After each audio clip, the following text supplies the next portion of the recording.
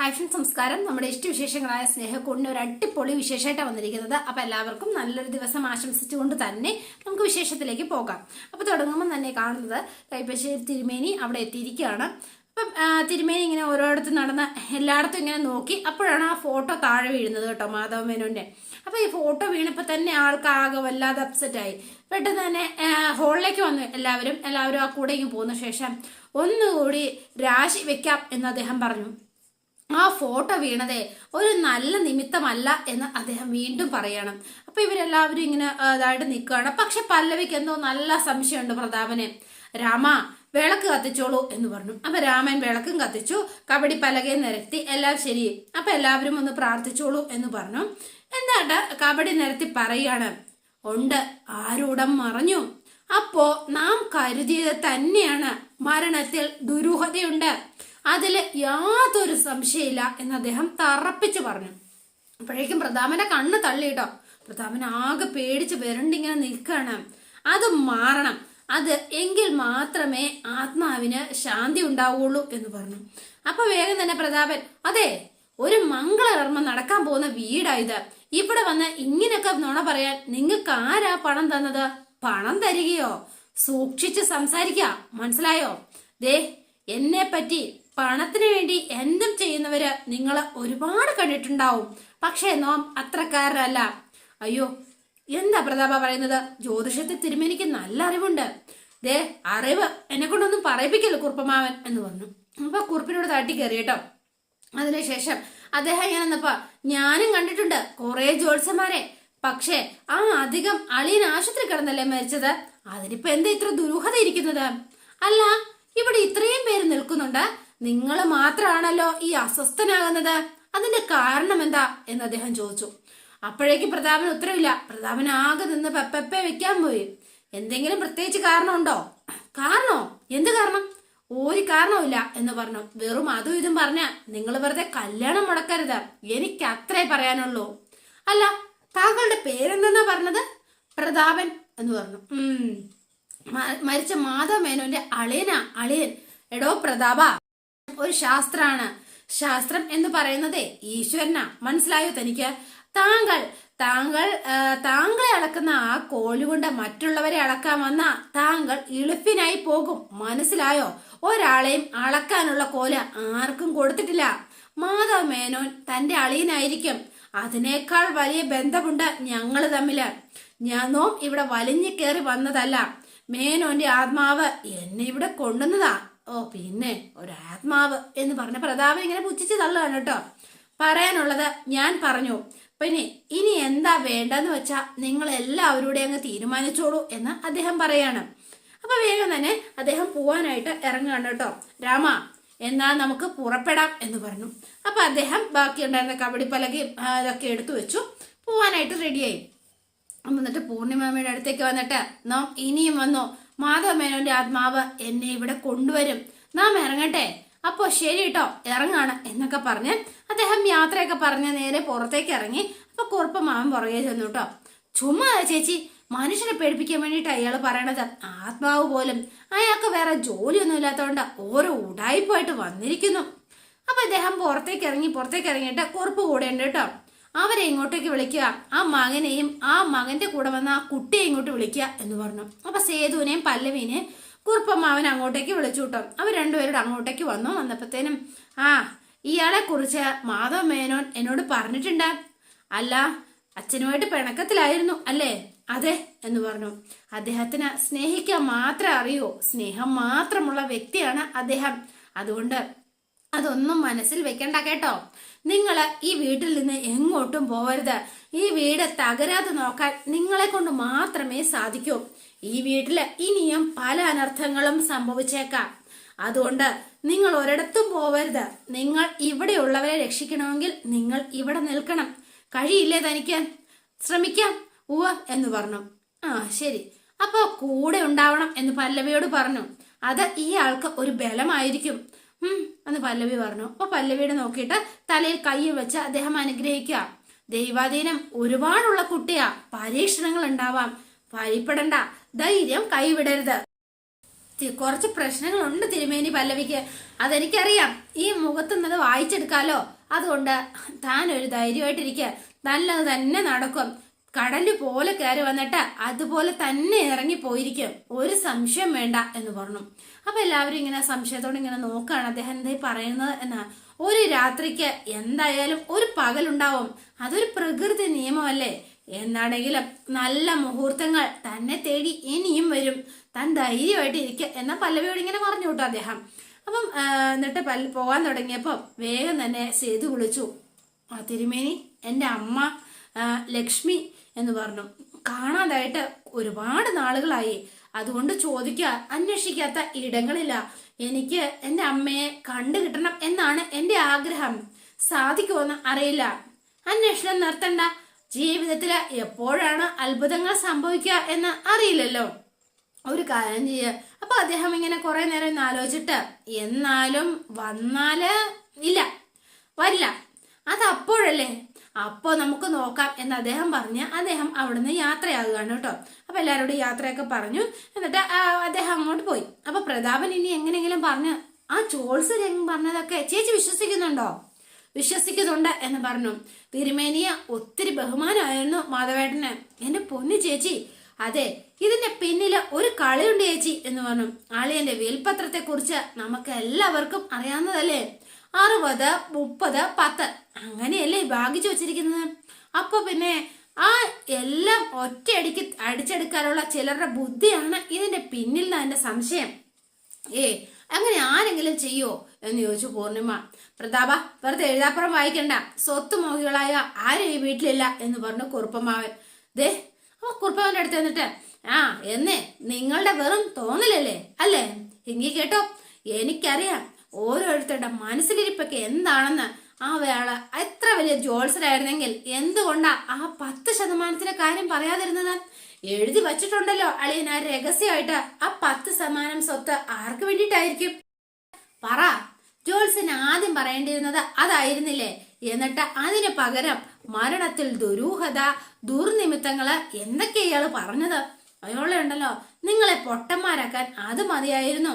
അതെ, എന്നെ അതിനൊന്നും കിട്ടത്തില്ല എന്ന് പറഞ്ഞു. അപ്പൊ പ്രതാപനെ ഒന്ന് തോളി കൈവച്ചിട്ട്, അതെ സേതു, മതി കുറ്റപ്പെടുത്തിയത്. ഇത് ഞങ്ങളുടെ വീടാണ്, ഇവിടെ ആരൊക്കെ വരണം വേണ്ടോന്നൊക്കെ ഞങ്ങള് തീരുമാനിച്ചോളാം. ഓഹോ, തീരുമാനിച്ചല്ലോ, അതുകൊണ്ടാണല്ലോ വേറൊരുത്തന്റെ ഭാര്യയായ ഇവൾ ഒരു ഉളുപ്പുമില്ലാതെ ഇവിടെ കയറി വന്ന് താമസിക്കുന്നത്. അപ്പൊ പ്രതാപന്റെ പറച്ചിൽ ഇഷ്ടപ്പെടുന്നില്ല. സേതുവിനെ കടിച്ചു പിടിച്ച് നിൽക്കുക. ഈ നയമസത്തിന് നാട്ടുഭാഷയിൽ ഒരു ഭാഷ എന്താ പറയാ, ഒരു പേര് പറയും, അത് പറയാൻ എനിക്ക് അറപ്പുണ്ട്. ഒന്നും നോക്കിയില്ല, സേതു നേരെ തന്നെ പ്രതാപന്റെ കഴുത്തിൽ പിടിച്ചങ്ങ് പൊക്കി പിടിച്ചു കേട്ടോ. അപ്പോഴത്തേനും നമ്മുടെ പൂർണിമാമയും കുറുപ്പമാനും കയറി ഇടപെട്ടു. അയ്യോ വേണ്ട സേതു, വിട്ടേരെ വിട്ടേരെ എന്ന് പറഞ്ഞു. കുറെ നാളായല്ലോ നിന്റെ നാവിനങ്ങ് ചൊറിച്ചിൽ തുടങ്ങിയിട്ട്, നിന്റെ ആ ചൊറിച്ചിൽ ഞാനങ്ങ് മാറ്റിത്തരാടാ എന്ന് പറഞ്ഞാണ് സേതു കഴുത്തിന് കയറി പിടിച്ചത്. അയാള് പറഞ്ഞതോ, ഇയാള് വേണ്ട വേണ്ടെന്ന് വെച്ചാൽ തലേ കയറുമല്ലേ ഇവനെ ഞാൻ എന്ന് പറഞ്ഞോണ്ട ഇവൻ കയറി പിടിച്ചു കേട്ടോ. അപ്പൊ വേഗം പ്രതാപൻ ഓടുകയാണ് കേട്ടോ. ചേച്ചി, ഇതിന്റെ പേരില് അപമാനം നാട്ടോ. ചേച്ചി ഓർത്ത് മാത്രം ഞാൻ ഇവനെ വെറുതെ വിടുക. പക്ഷേങ്കില് എടാ, നീ ഒരു കാര്യം ഓർത്തോ, എല്ലാം ഇവിടെ കൊണ്ട് തീർന്നു എന്ന് നീ കരുതണ്ട. ഓർത്ത് വെക്കും പ്രതാപൻ നിന്റെ ഈ മുഖം, മനസ്സിലായോ? പോടാ എന്ന് പറഞ്ഞു. ശരിയാക്കി തരാം, ഞാൻ എല്ലാം ശരിയാക്കി തരാം എന്ന് പറഞ്ഞു പ്രതാപനോട് ആ കളി എന്നൊക്കെ പറഞ്ഞ് പുറത്തേക്ക് ഇറങ്ങി അങ്ങ് പോവാണ്. അപ്പൊ പൂർണിമാമ, സേതു നീ അതൊന്നും കാര്യാക്കണ്ട, അവന് വിവരദോഷിയാ, നീ അതൊന്നും വലിയ സീരിയസ് ആക്കി എടുക്കണ്ട എന്ന് പറഞ്ഞു കേട്ടോ. അപ്പൊ കല്യാണമായി പോയി, ചെറുക്കൻ അവന്റെ ആളായിപ്പോയി, അല്ലെങ്കിലുണ്ടല്ലോ ഇല്ലെങ്കിൽ ഞാൻ തല്ലി താഴെയിട്ടേരെ ഞാൻ അയാളെ എന്ന് പറഞ്ഞു സേതു കാലി പൂണ്ട് അകത്തേക്ക് കയറി പോവാണ്. അപ്പൊ കുറുപ്പമാവനൊക്കെ അവിടെ നിൽപ്പുണ്ട്. കുറുപ്പമാവൻ പറയണം, സേതു ചെയ്തതില് ഒരു തെറ്റുമില്ല, 2 എണ്ണത്തിന്റെ ആവശ്യം ഉണ്ടായിരുന്നു. അവന്റെ നാക്ക് അത്രയ്ക്ക് സഹിക്കാൻ പറ്റില്ലായിരുന്നു ആ പ്രതാപന്റെ ഓരോരോ പെരുമാറ്റം എന്ന് പറഞ്ഞ് കുറുപ്പമാവന് നിന്നു കേട്ടോ. അപ്പൊ ഇവരെല്ലാവരും പോയി. പിന്നെ നമ്മൾ കാണുന്നത് സ്വാധീനയും ഋതുവിനെയാണ്. അപ്പൊ അച്ഛൻ അങ്ങോട്ടേക്ക് വരികയാണ് കേട്ടോ. അച്ഛൻ അങ്ങോട്ടേക്ക് വന്ന അച്ഛൻ ആ മൂഡ് ഓഫ് ആണ്. ശരിക്കും പറഞ്ഞാല് ആ കൈപ്പോശ്ശേരി തിരുമേനി പറഞ്ഞതിന് ശേഷം ഒരു സമാധാനവും ഇല്ല. അതിനെക്കുറിച്ച് ചിന്തിച്ചുകൊണ്ടിരിക്കുക. എന്റെ ചേച്ചി, അച്ഛൻ മരിച്ചത് ആശുപത്രി വെച്ചിട്ടല്ലേ, നമ്മളൊക്കെ അവിടെ ഉണ്ടായിരുന്നല്ലോ, പിന്നെ എന്തിനാ സംശയിക്കുന്നത് എന്ന് ചോദിച്ചു. പക്ഷെ ഋതുവിന്റെ മനസ്സിലും ഇതുവരെ ഈ സംശയമൊന്നും ഉണ്ടായിരുന്നില്ല. പക്ഷെ കൈപ്പകശ്ശേരി തിരുമേനി പറഞ്ഞപ്പോ എന്തോ തിരുമേനിയെ വിശ്വസിക്കാനാ എനിക്ക് തോന്നിയത് എന്ന് പറഞ്ഞു. മറ്റൊന്നുമല്ല, അച്ഛനുമായിട്ട് നല്ല ആത്മബന്ധം ഉണ്ടായിരുന്ന ആളാണ് ആ തിരുമേനി. അച്ഛൻ എന്ത് പ്രധാനപ്പെട്ട തീരുമാനം എടുക്കുന്നെങ്കിലും തിരുമേനിയുടെ ഉപദേശം തേടാറുണ്ടായിരുന്നു എന്നുള്ളതാ സത്യം. അങ്ങനെ ഒരാൾ വന്ന് പറയുമ്പോ അതാ എനിക്കൊരു സംശയം എന്ന് പറഞ്ഞു. അച്ഛൻ ഇങ്ങനെ ഇരിക്കുകയാണ്. അപ്പൊ ഋതു ഇങ്ങനെ തിരിഞ്ഞു നിന്നിട്ട്, അല്ല അതവിടെ നിൽക്കട്ടെ, നിന്നോട് ഞാനൊരു കാര്യം ചോദിക്കട്ടെ, വേറൊരു കാര്യം എനിക്കറിയണം. എന്താ ഋതു എന്ന് ചോദിച്ചു. അന്ന് മരിക്കുന്നതിന് തൊട്ടു മുൻപ് അച്ഛൻ നിന്നെ വിളിച്ച് എന്തോ സംസാരിച്ചില്ലേ? എന്താ സംസാരിച്ചത്? അതെന്തായിരുന്നു എന്ന് ഇതുവരെ നീ ഞങ്ങളോട് പറഞ്ഞിട്ടില്ലല്ലോ. എന്തായിരുന്നു ആ രഹസ്യം? അത് പിന്നെ എന്നൊക്കെ പറഞ്ഞു കേട്ടോ. ആദ്യം ചേച്ചി എന്തിനാ പരുങ്ങുന്നത്? ഉള്ള കാര്യം ഞങ്ങളോട് പറ, ഞങ്ങളോട് അറിയട്ടെ. ഒന്നുമില്ലെന്നേ. നിനക്ക് പറഞ്ഞാൽ എന്താ? ഞങ്ങളൂടെ അറിയട്ടെ, ഞങ്ങളും മാധവ് മേനോന്റെ മക്കള് തന്നെയാണല്ലോ എന്ന് പറഞ്ഞു. അപ്പൊ കുറെ നേരം അച്ഛൻ നിന്നിട്ട്, വേറൊന്നുമല്ല, അച്ഛൻ എന്തെങ്കിലും സംഭവിച്ചാൽ ഏട്ടൻ പിന്നെ സംഭവിച്ച പറ, ബാക്കി എന്നാ? വല്യേട്ടനുമായിട്ട് ചേർന്ന് ജീവിക്കണം എന്നാ പറഞ്ഞത്. അതല്ല, ഇതിലെന്താ ഇത്ര വലിയ രഹസ്യം എന്ന് ചോദിച്ചു. രഹസ്യം ഒന്നുമില്ല, സത്യം പറ, ഇതാണോ അന്ന് അച്ഛൻ പറഞ്ഞത്? അതെ, ഇത് തന്നെയാ അച്ഛൻ പറഞ്ഞത്. എന്തോ എനിക്കത് അത്ര വിശ്വാസമാവുന്നില്ല എന്ന് പറഞ്ഞു ഋതു. ഞാൻ വിശ്വസിക്കുന്നില്ല. ഞങ്ങളെ സമാധാനിപ്പിക്കാൻ നീ ഒരു കള്ളം പറഞ്ഞു, അങ്ങനെയേ നിന്റെ മുഖം കണ്ടാ തോന്നൂ. ഇല്ല ഋതു, ഞാൻ എന്തിനാന്നോണ പറയുന്നത്? അത് ഞങ്ങൾക്കറിയാം. എല്ലാ ഋതു, സത്യവാ. അച്ഛൻ പറഞ്ഞത് വല്യേട്ടനെ കുറിച്ച് മാത്രമായിരുന്നു പറഞ്ഞത്. അതോ മറ്റൊന്നും അച്ഛൻ പറഞ്ഞിട്ടില്ല. പറഞ്ഞെങ്കിൽ നിങ്ങളോട് പറയുന്നതിൽ എനിക്കെന്താ കുഴപ്പം? അത് തന്നെ ഞാനും ചോദിക്കുന്നത്, എന്താ കുഴപ്പമെന്ന്. ഒന്നുമില്ലെന്നേ, വെറുതെ ഓരോന്ന് നീ ആലോചിച്ച് കൂട്ടണ്ട എന്ന് പറഞ്ഞു. പിന്നെ എങ്കിലും ഇവരുടെ ഉള്ളിലുള്ളിൽ എവിടെയോ ഒരു സംശയത്തിന്റെ നിഴലുണ്ട് കേട്ടോ, ആ അദ്ദേഹം പറഞ്ഞത് കൊണ്ട്. പിന്നെ കാണുന്നത് പൂർണിമാമേനെയാണ്. പൂർണിമാമ അദ്ദേഹം പറഞ്ഞ കാര്യം ഇങ്ങനെ മനസ്സിൽ ഓർത്തിങ്ങനെ ഇരിക്കുകയാണ്.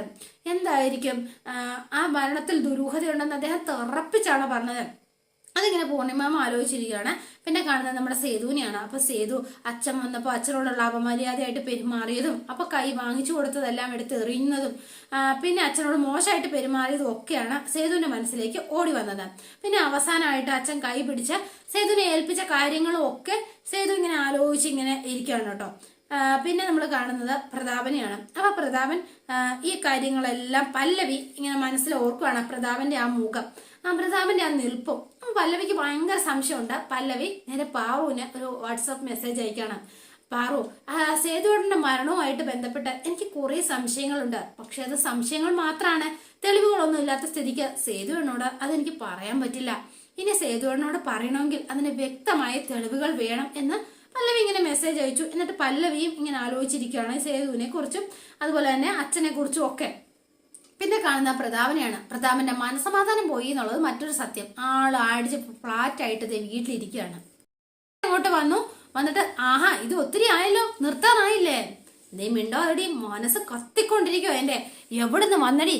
ആ അവസാന നിമിഷം ആ കൈപ്പകശ്ശേരി ഗോവിന്ദൻ നമ്പൂതിരി വന്നിരിക്കുന്നു. അയാളെ ഞാൻ അന്വേഷിച്ചു, ഞാൻ പല തവണ അന്വേഷിച്ചു. പക്ഷെ പരമസ്വാത്വികനാ, പ്രതിഭാശാലിയാണ് അദ്ദേഹം, ത്രികാല ജ്ഞാനി എന്നൊക്കെയാ പറയുന്നത് ആൾക്കാര്. എന്താന്നറിയില്ല, പറഞ്ഞതാ അച്ചട്ടായിരിക്കും എന്നാ പറയുന്നത്. ഇതിപ്പോ പ്രശ്നമാണ് പത്മജേ, ആകെ പ്രശ്നമാണ്. പണി വരാൻ പോകുന്നുണ്ട്. പണി നിങ്ങൾക്ക് വേറെ പണിയൊന്നുമില്ലേ? അതിന്റെ ലക്ഷണമായി കാണുന്നതൊക്കെ എന്ന് പറഞ്ഞു.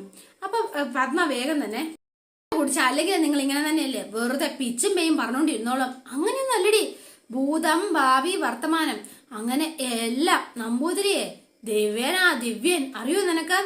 എങ്കിൽ കേട്ടോ, ദിവ്യനായിട്ടത്രേ ആദ്യം കുടിച്ചത്, ഇങ്ങോട്ട് തോന്നി കുടിച്ച വഷളാവും എന്ന് പറഞ്ഞ് പത്മ വേഗം തന്നെ കുപ്പി എടുത്ത് അകത്തേക്ക് പോവാണ്. എടി പത്മേ, നീ ഇങ്ങോട്ടേ താടി എന്ന് പറഞ്ഞു. അപ്പൊ വേഗം തന്നെ ഇങ്ങനെ ആലോചിച്ചിരിക്കുകയാണ്. അപ്പൊ ഗുളിക എടുത്തുകൊണ്ട് കൊടുക്കുകയാണ് കേട്ടോ. ഇതെന്തിനാണ് ഈ ഗുളിക എന്ന് ചോദിച്ചു. അത് കൊള്ളാം, രാത്രി സ്ഥിരം പ്രഷറിന്റെ ഗുളി കഴിക്കുന്നത് നിങ്ങൾ മറന്നുപോയോ? ഓ അതാണോ പ്രഷർ, എന്നാ കഴിച്ചേക്കാം എന്ന് പറഞ്ഞ ഇവൻ വേഗം ആ ഗുളിക എടുത്ത് കഴിച്ചു. ഗുളിക എടുത്ത് കഴിച്ചപ്പോഴാണ് മാതാ മേനോന് ഗുളിക മാറി കൊടുത്ത കാര്യം ആൾ ഓർത്തത് കേട്ടോ. അപ്പൊ വായി കിടന്നത്, ഗുളിക വായി കിടന്നത് മൊത്തം തുപ്പിക്കളഞ്ഞ ആള്. നിങ്ങൾ എന്ത് പണിയാ കാണിച്ചത്? തുപ്പിക്കളഞ്ഞ എന്തിനാ എന്ന് ചോദിച്ചു. അവിടെ ഉണ്ട് അപകടം, വിശ്വസിക്കാൻ പറ്റില്ല. ഗുളിക മരുന്ന് മാറ്റി വെക്കും. ആര്? ഞാനോ? നീയല്ല എന്ന് പറഞ്ഞു. അല്ല, നീ മാറ്റി വെക്കും എന്ന് പറഞ്ഞു. ഇങ്ങനെ എന്തൊക്കെ പറയുന്നത്? ആരെയും വിശ്വസിക്കാൻ പറ്റില്ല. മരുന്ന് മാറ്റും, കള്ളു കുടിച്ച് നിങ്ങൾക്ക് വട്ടായെന്നാ തോന്നുന്നത്, അതാ ശരിക്കും തലയ്ക്ക് പിടിച്ചിരിക്കുക എന്ന് പറഞ്ഞ പത്മ അങ്ങ് പോയി. അപ്പൊ ആള് ശരിക്കും പേടിച്ചിങ്ങനെ ഒഴിക്കുക കേട്ടോ. മരുന്ന് മാറ്റും എന്ന് പറഞ്ഞ ആ ഗുളികയും കളഞ്ഞ് ഇങ്ങനെ ഇരിക്കുകയാണ് പ്രതാപൻ. ശരിക്കും വിറച്ചു പോയി എന്നുള്ളതാണ് സത്യം.